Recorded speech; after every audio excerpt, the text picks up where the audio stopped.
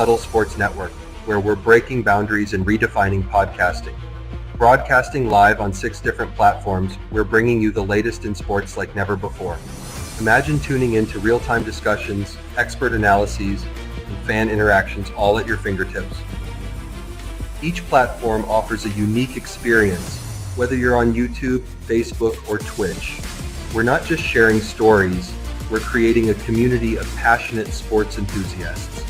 Join us as we dive deep into the evolution of podcasting, where every episode is a chance to engage, debate, and celebrate the world of sports.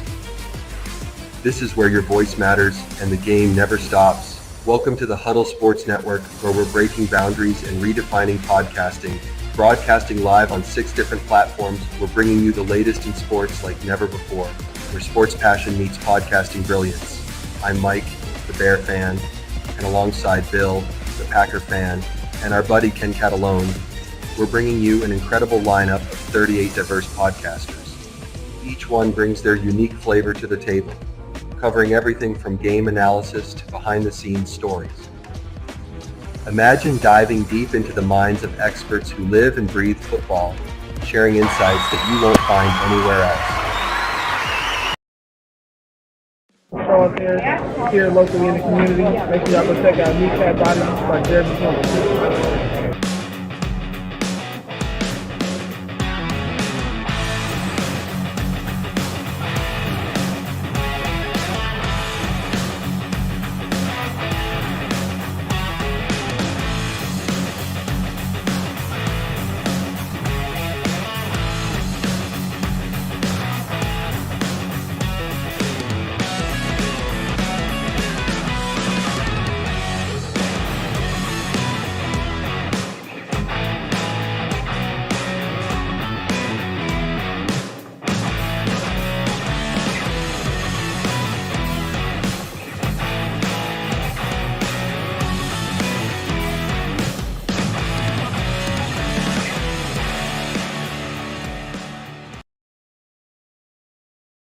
All right, that's right. It is Lions Talk with Smoking Jeremy B. Dwayne Keene says, good afternoon, one pride. Let's go Detroit Lions, one pride. Kings of the North Division champion, all grit, never back down, 12-1 and make it 13-1, and I think we do. We got Michael Hutt and Davey also saying good afternoon. How's everybody doing today? Well, DJ Reader missed practice. They are still letting him rest that shoulder. Everybody else was either limited practice or a full go, including Liam McNeil. So it looks like we may have Levi Amuzariki, Josh Pascal, and Liam McNeil, and Taylor Decker. The guy that wasn't on the injury report at all is Emmanuel Mosley. Will we see him get some snaps this week? I would like to see that. You know, we're paying him to be here. Let's get him on the field, see how he does. Dwayne Keene, who's next is the Buffalo Bills. Who's next? We will bite their kneecaps and take them to the deep water. We will get back to safety as a team to win. I agree. I just wrote my article, and worst case scenario, best case, worst case, I see this as a 4-point game. It's either going to be 31-27 or whoever wins. It's going to come down to that final drive. The last time we played them in 2022, we had one of the statistically worst defenses in the league. We're not there this year. The one thing I said is our scoring defense has to be better than 27th overall. We're 4th in the league, people. 4th. Bills are 13th. You know, they give up points to. And we see they're 25th in rushing defense. They give up a lot of grounds on the air, which is why I think Sonic and Knuckles are probably going to have a big day. We're not talking about top 10 rushing defense. We're not talking about a top 15. We're talking 25th in the league. They are a bottom 7 defense against the run. They are very good against the pass, but they give up more touchdowns. They have given up 7 more touchdowns than the Detroit defense has. Detroit's defense gives up more yards, but less touchdowns.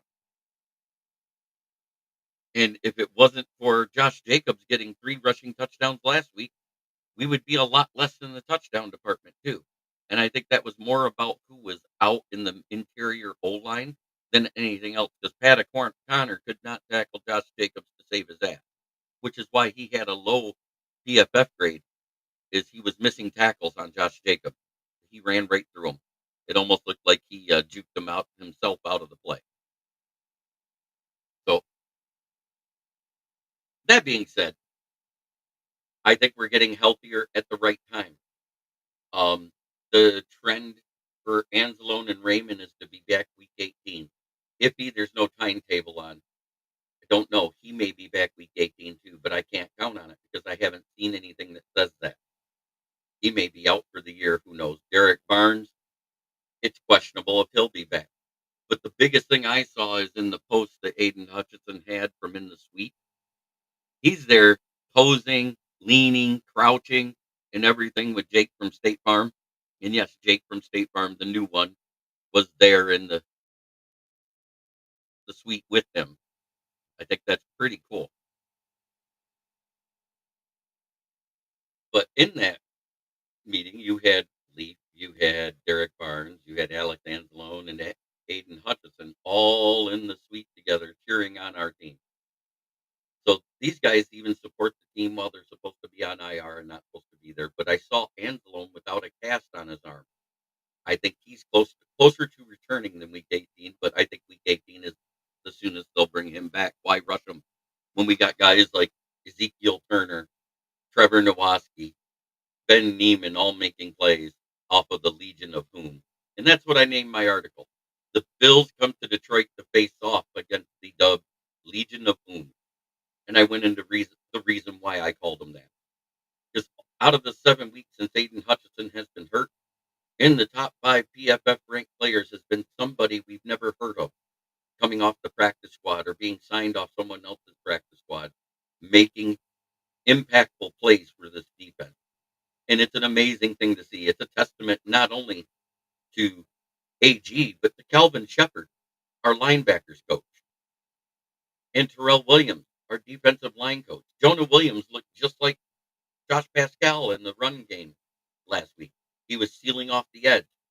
He got some pressures here and there. That's what Pascal does. He seals the edge in the run game. And I just think our secondary is doing better than the Bills secondary. That's just me. Damar Hamlin would be the 4th safety on this roster. Micah Hyde might start, but would he? Because right now in the Pro Bowl voting, number 1 in the NFL for 1 and 2 is Kirby Joseph and Brian Branch. Xavier McKinney is getting the 3rd best Pro Bowl votes right now. And that's both in the NFL and the NFC. Every single one of our offensive linemen are in the top 3. The top 3 are starters. Our top 3 in Pro Bowl voting right now, NFL and NFC. So it looks like, let's say we don't get to the Super Bowl, we're going to have a minimum of 10 players possibly make the Pro Bowl. But they'll be voted in and they'll be alternates if we're in the Super Bowl. How cool is that? And the amazing thing I saw last night was guess who's 3rd in Offensive Player of the Year voting? It's none other than right tackle Penei Sewell. The fact he's 3rd means he's got a shot to be the first offensive lineman to win Offensive Player of the Year. You know how huge that is?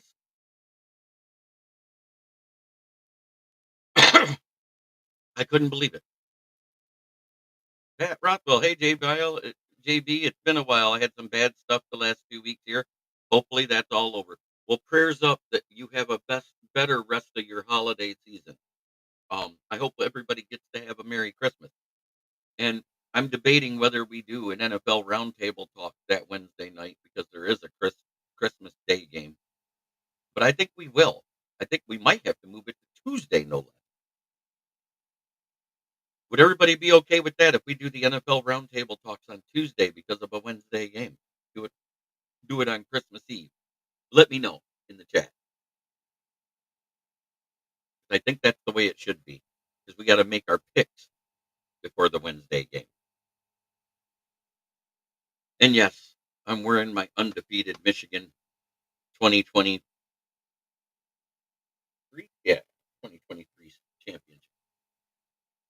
I'm glad you're here, Pat Rothwell. We're at 541 subscribers. You guys keep doing your job. I love it.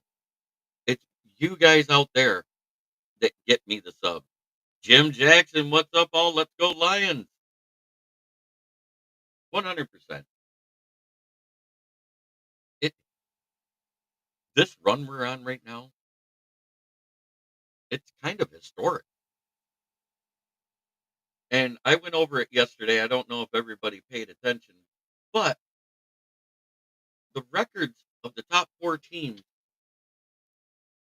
that we have in the NFL, or in the NFC, I should say, 12-1 Detroit, 11-2 Minnesota, 11-2 Philly, and 9-4 Green Bay Packers. That's your top 4 records in the NFC right now. Job, I'm retired. I mean, by helping me grow as a podcaster. It's you guys out there that help me. So let's go over this. It should be an awesome game on Sunday. Oh, jeez.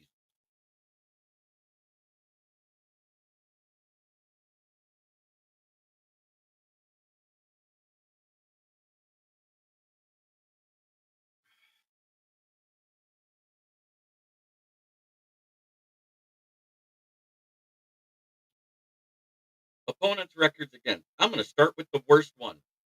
At 11-2, it's the Philadelphia Eagles. 71-98 against.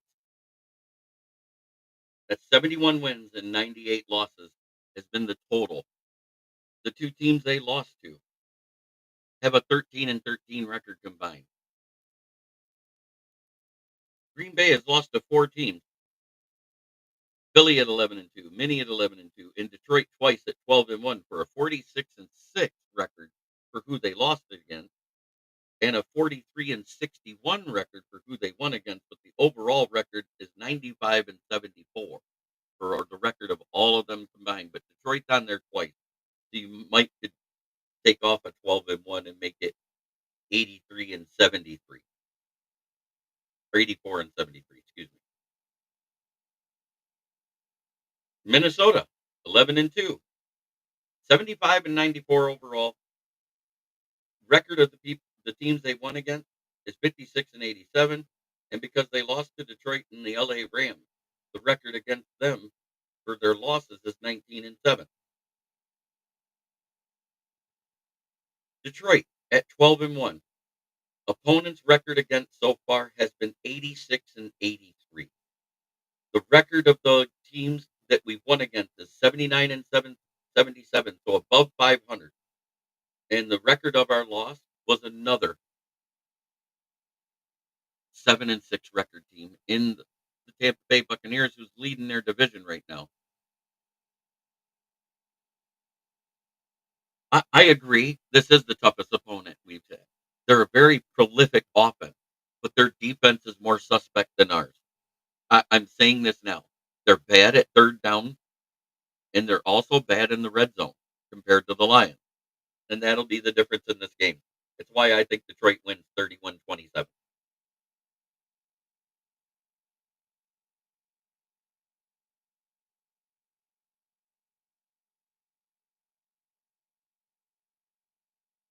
So remaining schedules.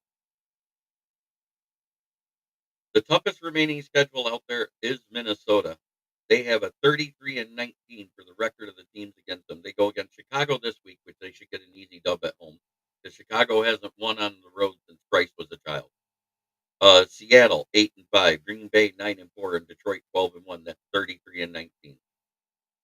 Second place, Detroit, a 31-21 record is what they have to go against. Buffalo at 10-3, Chicago 4-9, San Francisco at 6-7, and Minnesota 11-2. Green Bay also has a tough road to hoe. They got a 28-24 record against for their 4 remaining opponents. Seattle at 8-5, who's clinched a playoff berth. New Orleans 5-8. Minnesota 11-2, and then they played Chicago in Lambeau. Philly, on the other hand, their biggest opponent is this week. They should run roughshod over the rest of it. And let me hear you. Let me get that to you out to you. Pittsburgh at 10-3, Washington at 8-5. Then they got Dallas at 5-8, and New York Giants at 2-11. That's a 25-27 record. Absolutely, Pat Rothwell. And we're one of those teams. If we get the ball with 4 minutes left, we're going to run the clock out. We just saw it.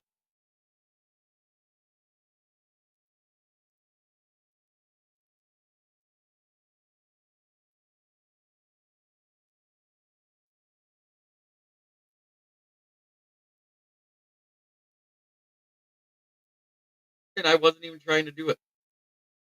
But total record against us so far is 117-104. That's everything combined. For Minnesota, it's 108-113 for their entire projected record. Green Bay, 123-98. And the entire schedule for Philadelphia was 96-125. It's why I said they haven't been tested. They played one, two, three, 4 games against teams with the winning record. Green Bay has played 1, 2, 3, 4, 5, 6, and they got 7-8 on their record still. That's 8 out of 17 games. Minnesota has played 1, 2, 3, and have 2 teams left with a winning record on it. That's 5 teams. Detroit, as far as winning records, they played 1, 2, 3, 4, 5, 6, 7, and have 2. So that's 9. They have more teams with a winning record on their schedule, and yet we're 11-1.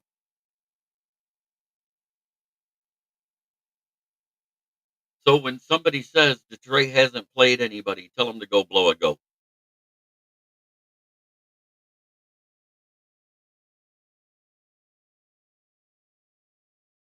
I'll tell you in just a second. I'm taking care of something.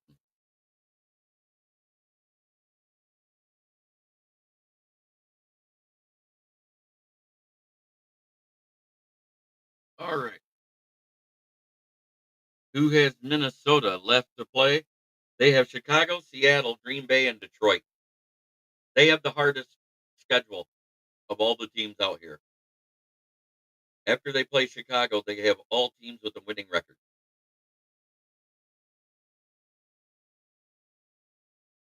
Green Bay has Seattle, New Orleans, Minnesota, then Chicago. Philly has Pittsburgh, Washington, Dallas, and New York Giants.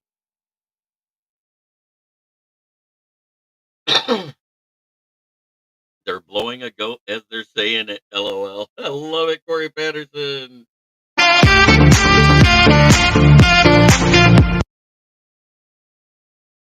And he can keep going. I don't care. I'm going to block him every time now. I'm done with it.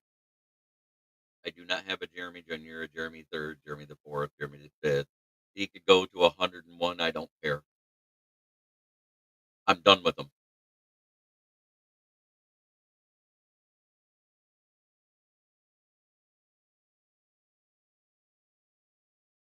It's no longer flattery when it pisses me off.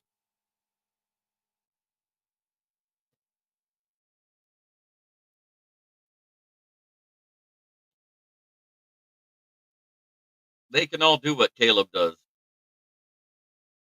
Eat a cob.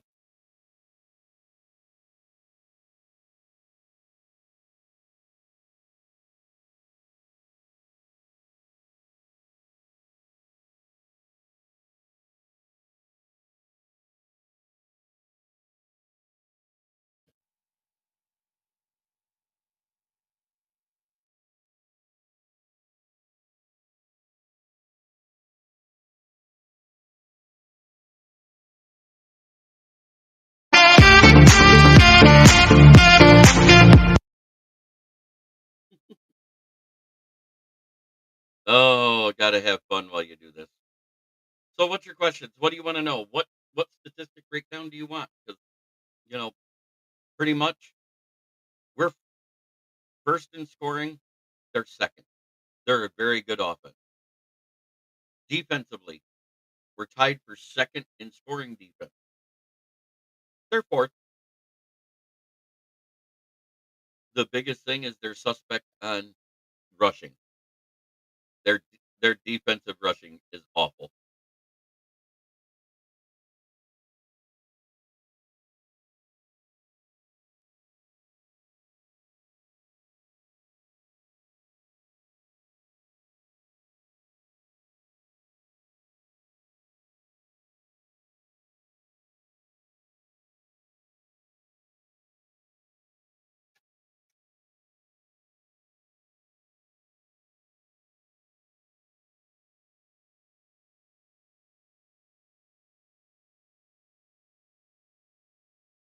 I think it's a combination of both. Uh, because we run the ball so well and they don't defend it well. Yeah, I know you would. I knew Ricky'd love this shirt. That's why I wore it. Look, this is the one with all the signatures down there and everything, the whole team.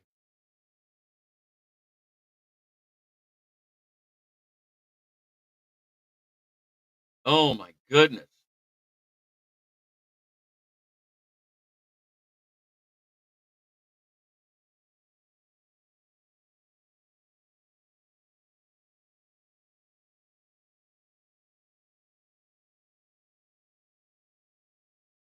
I think we're gonna do that till they stack the box, just like the Rams did.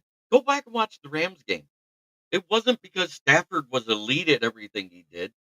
They left guys open because they were worried about the run because Blake Corum and Kyron Williams was running all over them. Even Puka had a rushing touchdown against him. I think Jameson Williams gets one this week.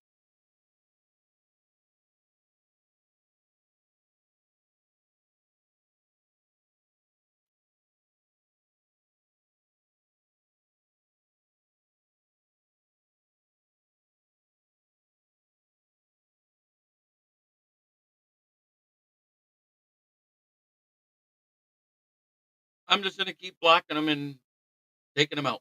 I'm done. It'll show up there in the overlay, but he's out of the chat every time I do it. I'm over it.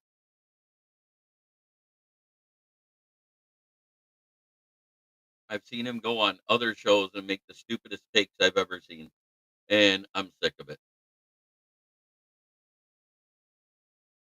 There is no Jeremy Ballrick Jr. in my family tree, nor is there the first, fourth, fifth, sixth. I'm the one and only. It's past the point of cute and funny. It's stalkerish. I hate it.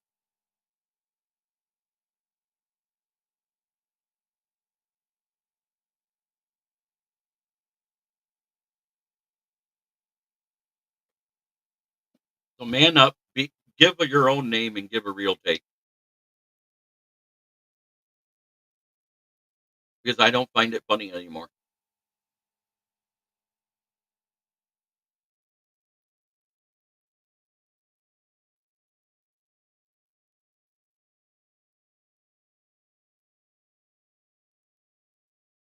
and I don't care if I lose a sub every time I do it.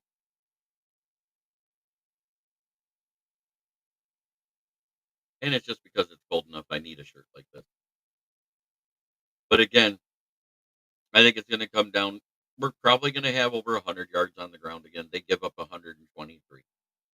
The last time we played the Bills in 2022, right after the Thanksgiving Day game, you guys remember this? And they beat us by 3 points. We didn't allow Josh Allen to run all over us then, and we don't play a spy. We did containment blitzes, and that's what gives me hope because Terrell Williams does decent containment blitzes. As long as we have a Leam or Reader in the middle, maybe you won't see Josh Allen be able to run up the middle like Jordan Love did. And I understand that Josh Allen is a way better athlete than Jordan Love.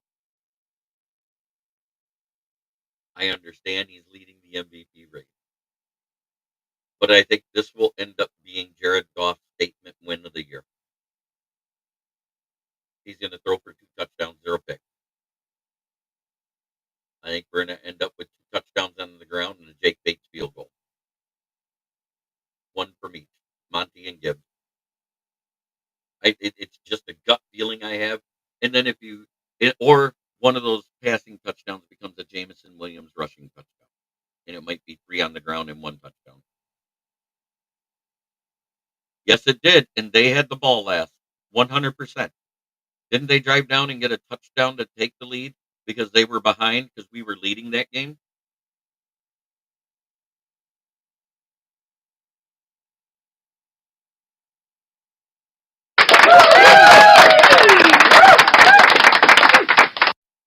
You're absolutely right, Corey Patterson. And this defense is way better than that defense was. That's my point. The Legion of whom? Can he play? Can he play? It doesn't matter. Whoever we put out there, AG, Calvin Shepard, and Terrell Williams put them in the right position is what I'm getting at. And I'm no longer scared of any team in the NFL, especially after seeing the disparity in the records and stuff like that. It is. It is. I went back and just checked the box score. That's exactly what happened. They beat us on a last second or a last 20-second touchdown. That was one of our 2 losses during our 8-2 run to get to 9-8.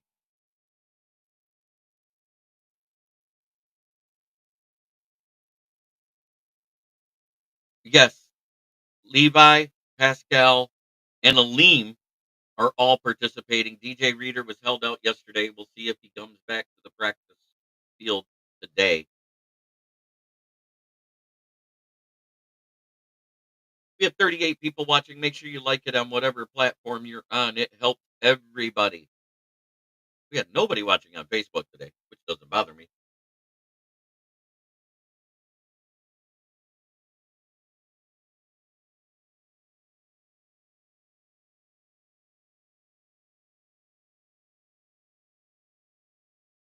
And pretty soon we'll be adding my Twitter to where we can be viewed.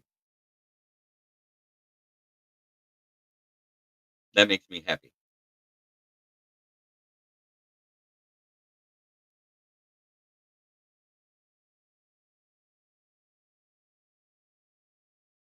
So I'm saying take the Lions to cover.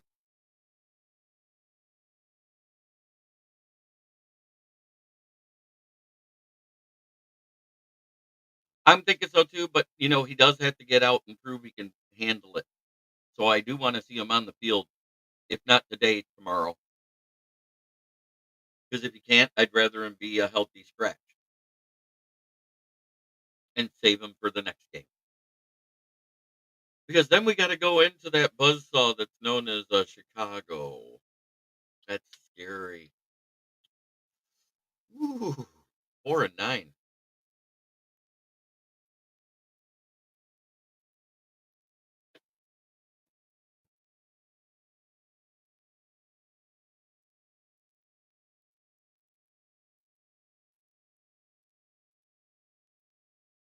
I passed on that information, the chart that I made up with all the differences of records, in trying to help a couple people put it on their network. The word needs to get out there. We're not frauds. This isn't your fool's gold lion. This is the brand new Lions. Wayne Shirt. That's your group on Facebook. Go check it out. It's a good Facebook group. We try to keep out all the ticket sellers, merchandise sellers, and just talk football. Small group. It's growing.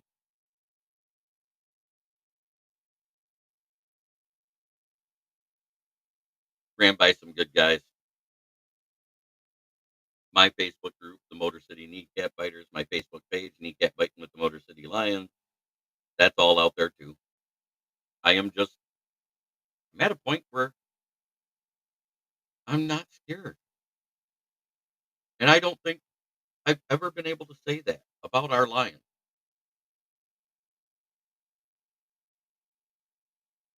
This next man up thing is a real thing here in Detroit. It's the Legion of Whom. WHOM. Whom.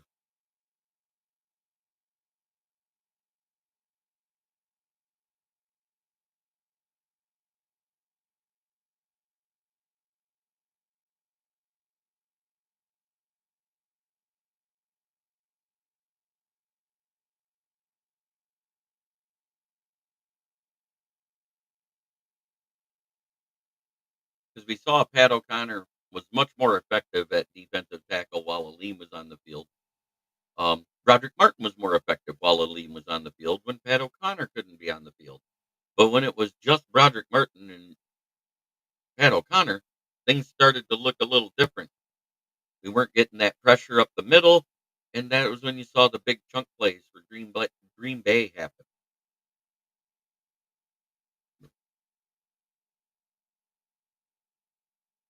Aleem is the linchpin of that defensive line.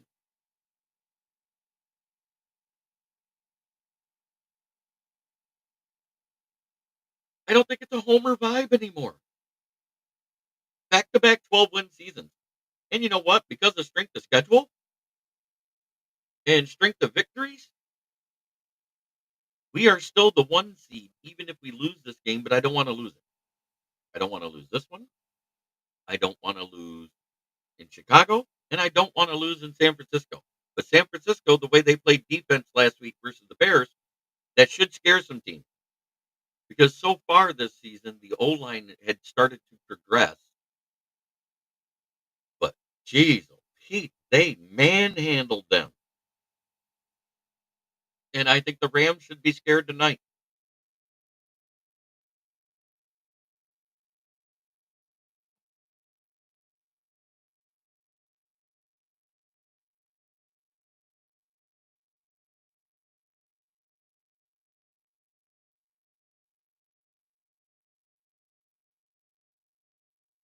Yes. They, they're doing a combination between Moneyball and Draft Day.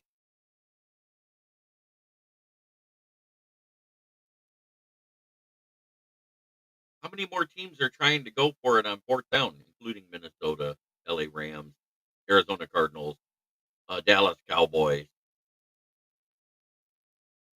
lots of teams, and some with winning records are doing it more. Why? Because they're realizing the analytics is right.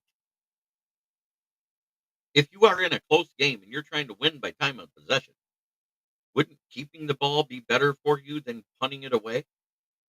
Especially if you're only down a point or two or tied? Especially when your defense starts to give up big chunk plays and they're going down the field at will. They were scoring at will that second half. I'm not gonna lie. But I was never scared.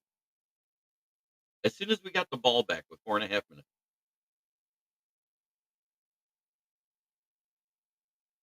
But let's say we do win these next 3 games. That game's gonna be moot, Jim Jackson. You know why? We beat LA, they lost to them.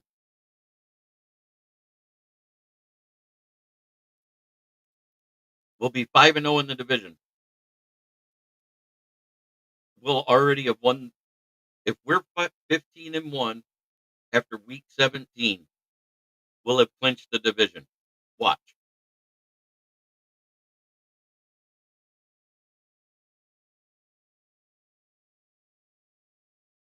And that game won't matter for the seeding. But where it does matter about playing your starters is the rest or rust thing. We've seen all sorts of teams have their division clinch in the number 1 seed.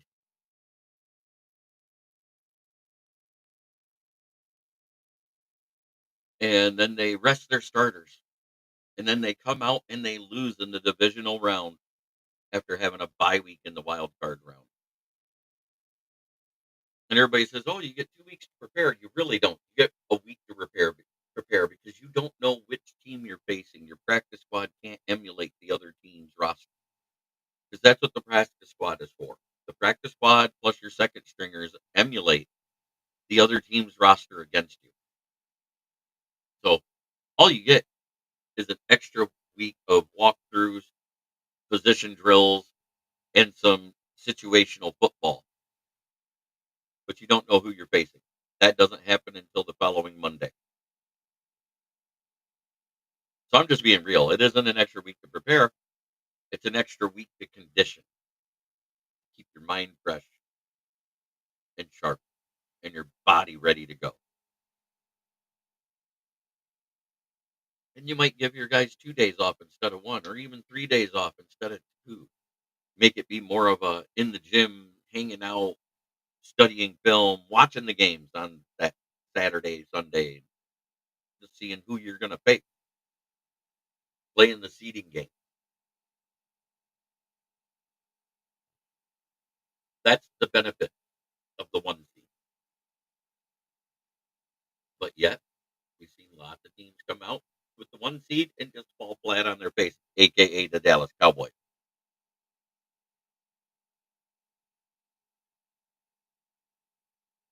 Is there a team that scares you in the playoffs right now? For me, it's not Philly. I think they're 11-2 because they played a bunch of really bad teams. Their best win was Baltimore. That's it.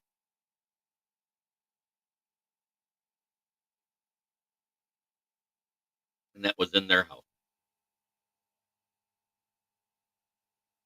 So they went into Baltimore, but Baltimore lost to Oakland at home. So I kind of, it's a good win. Don't get me wrong.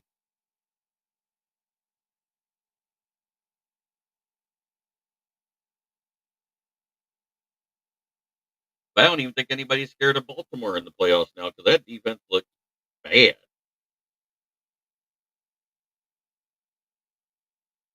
The best defense right now is the Chiefs, and I think it's the Lions as number two. I think Phillies is third because of who they played.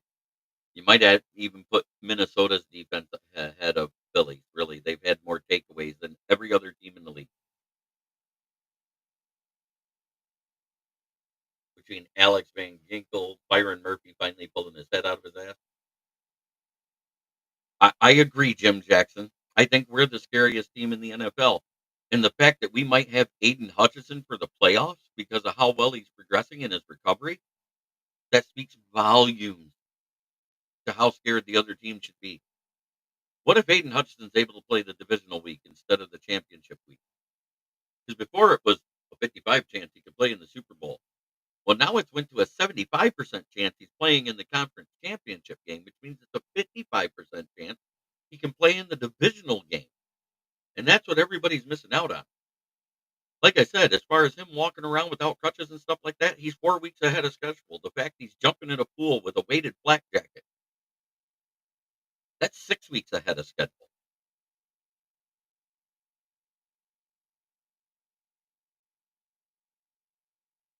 Before the season started, I would have said Baltimore, but you're right. After seeing them so far, it's not even close. I think the Pittsburgh Steelers are scarier than Baltimore right now. And that's just me. And the record shows it. They're a 10-win team. And I think Philly's got to be on their heels because they got a rift going on between A.J. Brown and Jalen Hurts. And it's getting wider every week.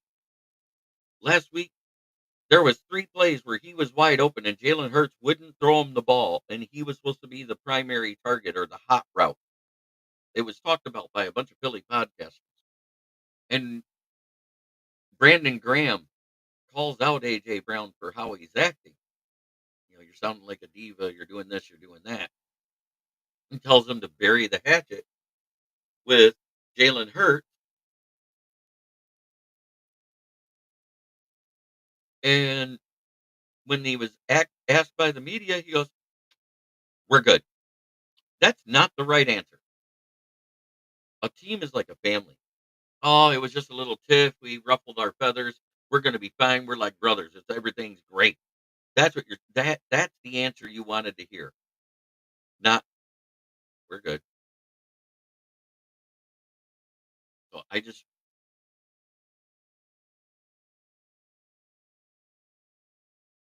think other than the Chiefs, the scariest team in the AFC right now is the Steelers, and then I would have to go to the Chargers. I think they're scarier than Baltimore right now.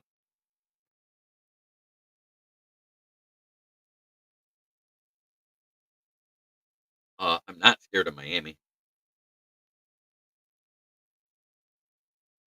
Well, by their record of opponents they face, they're not as good as their record. T-Bone Lopes.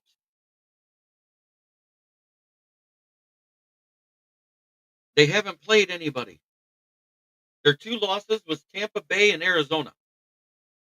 We lost to one and beat the other. So out of strength of schedule and strength of wins, we have the edge on them even if we end up tied. Based on winning records that they've faced so far. They faced 1, 2, 3, 4, 5 teams. Jake, and good to see you, brother. The the record of opponents they've faced is 71 and 98. The record of opponents that the Lions have faced are 86 and 83 overall. The record of opponents that we beat is 79 and 77. The record of opponents that Philly has beat is 58 and 85. That's a huge disparity. The record of opponents that Minnesota has beat is 56 and 87.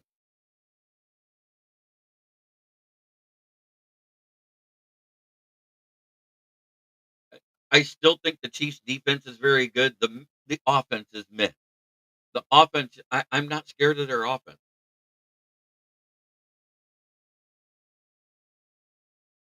Oh, you can definitely tell Jim Harbaugh has brought some toughness to the LA Chargers team, 100%. And here's the record of the remaining opponents. The Lions have, out of all of them, Minnesota has the toughest road to hoe. They go Chicago, Seattle, Green Bay, Detroit. A 33 and 19 record overall before they play. Second place is Detroit at 31 and 21 with Buffalo, Chicago, San Fran, and Minnesota. And San Fran might be 7 and 7 after tonight and win another game next week because that defense is finally clicking. Green Bay has the next one at 28 and 24. Philadelphia has the easiest of anybody. Their only contest really is this week and next week. They got the 10 and 3 Pittsburgh Steelers, and then they got the 8 and 5 Washington Commanders. It's a 25 and 27 record because they got Dallas and New York left on the schedule. Green Bay has Seattle, New Orleans, Minnesota, and Chicago. I know Chicago's at home. They're on the road for Seattle. I believe they're on the road for Minnesota. So if they got New Orleans at home, that benefits them. But if it's on the road, does it?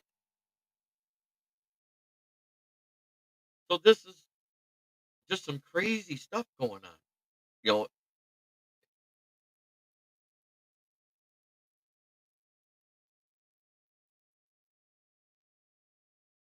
and I've said it's Buffalo, Steelers, Chargers, right? And then Chiefs in that order. I think the Chargers are going to be a tougher out in the playoffs than the Chiefs because the Chiefs' offense has been less than mediocre. Let's face it, Mahomes isn't even in the MVP voting this year, and they have a 12-1 record. It's Josh Allen, Barkley, Jared Goff right now, and it isn't close. And Jared Goff got closer in the voting because Saquon Barkley only had a pedestrian game versus the Panthers. Another team that's getting right at the right time. Do you realize that they went out and Atlanta and Tampa lose 2 games over these next 4 games? They can win the division. How crazy is that? And nobody's thinking about that. And I've got them winning against the Cowboys. I am 100% on board with what the coach did, working with Bryce Young the way he did, Keebler Elf 2.0, and making him look like a legit quarterback. Kyler Murray is starting to fall apart in the second half of the season like he always does. I don't know if you can trust Arizona to win out, but I trust them to beat New England because New England's awful.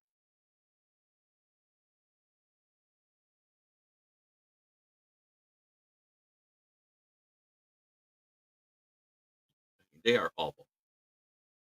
And I think the Ravens beat the New York Giants by 20.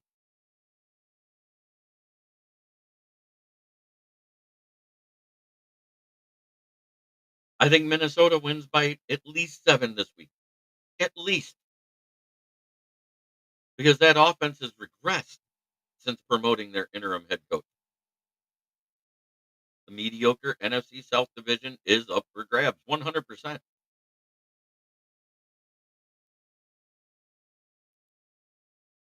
It's crazy that people don't see it the same way. We also have the largest point differential since the 1991 Washington Redskins as a winning team. We're winning the turnover battles. I think we're still plus 10 or plus 11 on the season.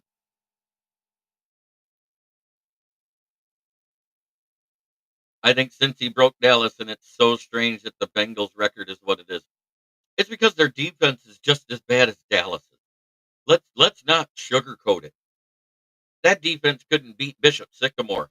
They couldn't beat the Mean Machine, and I'm talking about big teams. All they got is Trey Hendrickson. That's it. That whole defense is garbage. It's kind of like the Browns. All the Browns have is Miles Garrett. That guy's been doing it on his own since he's been there on the defensive line. And if you think about it, he's only missed 7 more games than TJ Watt. And yet I think he's only like 8 sacks behind him in his career, maybe 9. If that's the case, and he's had no one next to him, when the entire time you've had Cameron Hayward and good guys on that Pittsburgh defense, I think that's a nod that Miles Garrett might be a better overall player.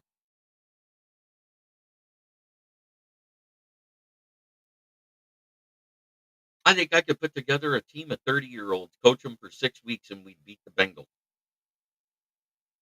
if I just have a defense. That's it. Give me give me the worst NFL defense. So I think that's the Panthers statistically right now. Give me the Panthers defense and a team of 30-year-olds that are in shape, and I could probably have them beat Cincinnati.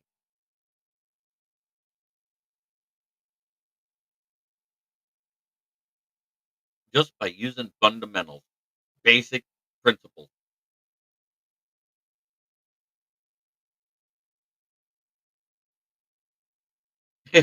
Boo, Dallas losers hate the Cowboys as much as the Packers, but FTP and FTC. Oh, yeah. And that's coming.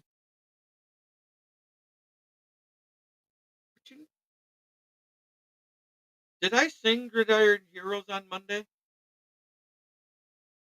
I don't remember if I did or not because this was a winning week. I can't remember. You guys want to hear it anyways?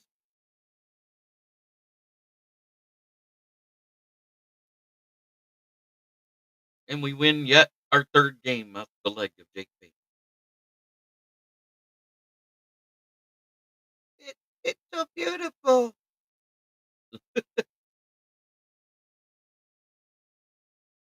I seen a better one where they did it with a Lions jersey leg lamp, and I was like, you got to do the original.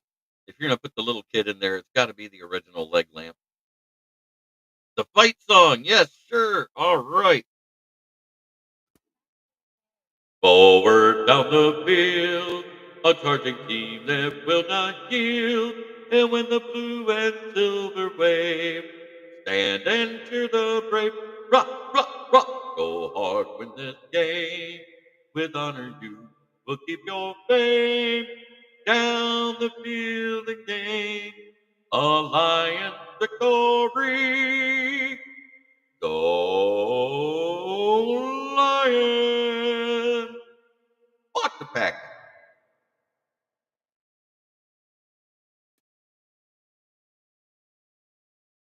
I got to do it once a week before we get to the game preview day, which is actually Friday. That's where I'm going to do the Fuck Your Feelings Friday. Hey, e- e- ever since what was it? They lost on the Doink Mary with Tariq Stevenson. This is Bears fans when they finally have a winning record. A member of the living dead.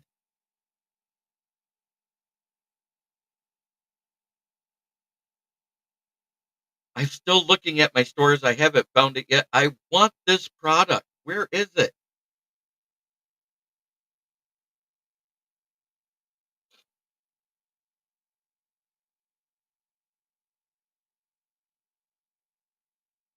I would love one time to do the Gridiron Hero song at a Ford Field game, to be the guy that sings at every touchdown.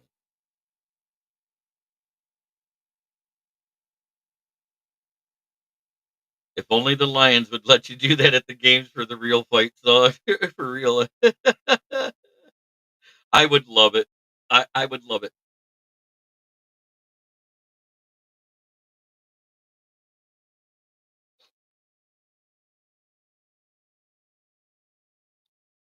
Everybody forgets, we had 2 sweeps of the Packers since Dan Campbell's been here. Oh. Oh, it would be awesome. I don't have the connection some others do. I admit it.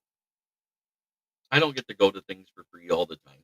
I got lucky that my publication that I write for, the Motor City Tribune, which is owned by the South Florida Tribune, was able to get me NFL draft credentials. And I am blessed beyond measure that they did. It has helped me out enough. But then Packer fans would just cry about that. Yeah, I know. They cry all the time. But with the refs, they cost us a game. Goff was down when he kneeled that ball. He was taking a knee. Such a casual take. Know your NFL rules. But we beat ourselves. Well, yes, you did. 100%. I agree with that. They beat themselves.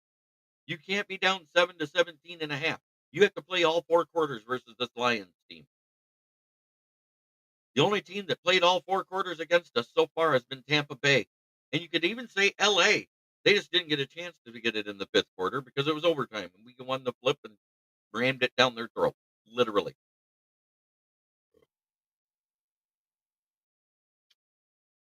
But it is that time to go over the division records because it's fun. Fuck the Bears. 9-4. 0-3 in the division, about to be 0-4 when they face off against Minnesota. I would love to beat them, but I don't see it happening. Fuck the Bears. FTP. The Packers are 9-4.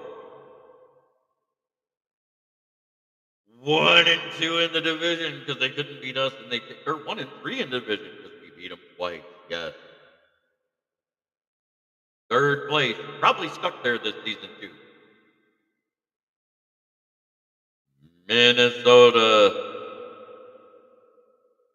They just keep on fucking winning. They're 11-2, 2-1 in the division. Probably about to be 3-1. But the Lions skull fuck them. We're gonna do it again. 12-1, 4-0 in the division.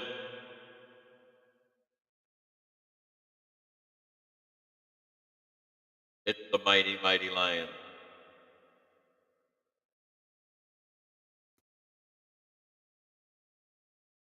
That ref winning shit is not working on us. We are the team that had been shot on by brief.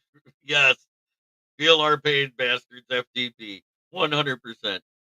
Oh, I know. It's okay. I fat fingered a lot of stuff on my keyboard, Jim Jackson. I get it. Oh, I love it. I love it. Let's keep that energy. I want to say to all the fans that can go to any of these games, make it loud, make them be obnoxious, especially when they're on 3rd down. I love the fact that we're causing, I think it was almost a league leading 26 false start penalties on 3rd down.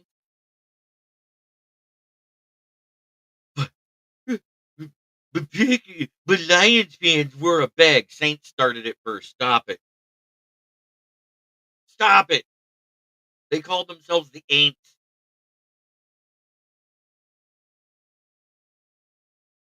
$18 people on IR and still winning games. The Legion of Whom. That's what we are. We're led by Dan Campbell. He's like a general in Sparta. He doesn't let his team die. And what's funny is Dan Campbell didn't even want to call the go for it on the 4th and inches play. He wanted to kick the field goal and give the ball back to them with about 37 seconds left and no timeout. And Jared Goff said, "Fuck that. We can get it. I want to get it. Fuck it. Go for it." He let Jared Goff decide the play. And the fact it fell apart and still worked because Graham Glasgow, as the pulling guard to pull so David Montgomery would have a hole, he stepped on the side of Jared Goff's foot is what tripped him. He was never touched down. That's the rule. And the fact that Goff's main laser focus on David Montgomery got that ball to him. David Montgomery was laser focused and got the ball. And we ran it for 6 yards on a 4th and inches play.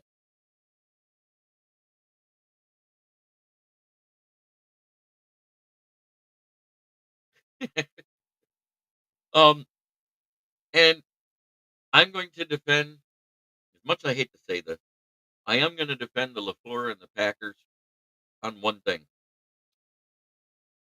When you're shit talking and you get somebody upset as a fan to teams and coaches, you should probably stop immediately, turn around, and shut your fucking mouth.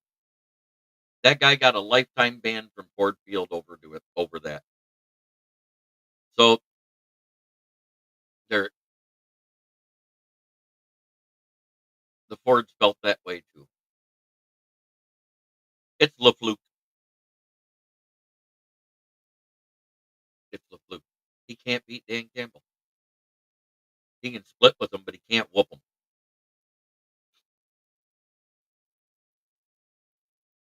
But it is time for me to talk about my sponsor, which is Branded Service at the corner of South Grand Traverse and West Atherton Road, 602 West Atherton Road. In Flint, where the water's shit, but the tires are good. Stop in and check us out. Used tires starting at $45 and up. New tires, call to get your quote. 810-233-8230. Talk to George, Red, or myself. New tires are delivered within 1 to 2 business days. If you mention this ad when you're ordering your sets of tires, if you are getting new tires, you get $25 off your set of tires. If you are buying a used set, you get $10 off your set of tires. Always tell Brandon Service Smoke and Jeremy B sent you, and they'll know exactly where you heard about them. Yeah, Goff literally told Dan Campbell, "Fuck that, we're going for it. I don't want to come off the field." Dan, after being 3 and 4, said, "Fine, fuck it, do it."